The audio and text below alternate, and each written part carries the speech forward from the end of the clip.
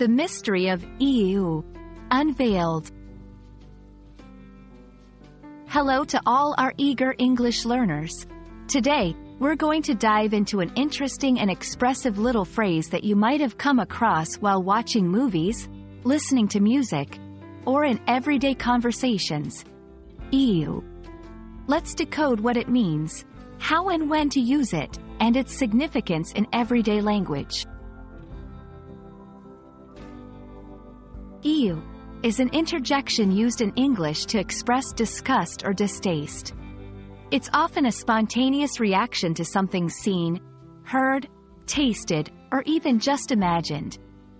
Imagine biting into a rotten fruit, seeing a bug in your soup, or hearing a gross story. Your immediate response might be to say, "Ew." While EU is the most common spelling, sometimes you'll find it spelled as EU or even EU. The number of W's can increase to emphasize the level of disgust. Regardless of how it's spelled, the pronunciation remains the same. It sounds like the letter U. It's interesting how a two-letter word can add so much expression to a conversation. Here are some ways you can incorporate EU into your sentences. 1. As a standalone reaction. EU. What is that smell? 2. In the middle of a sentence. I can't believe he ate that. EU. I could never. 3. To emphasize a point. I hate spiders.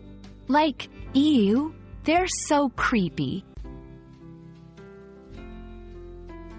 It's fun to note that many languages have their own versions of EU. While the exact word might differ, the sentiment remains the same, a universal expression of disgust. So, while EU is English-specific, the emotion it conveys is understood globally. There you have it, the world of EU in a nutshell. It's amazing how so much feeling can be packed into such a short word. Remember, language is as much about emotion as it is about words. So the next time you come across something yucky, feel free to express yourself with a loud EU. We hope you found this video enlightening.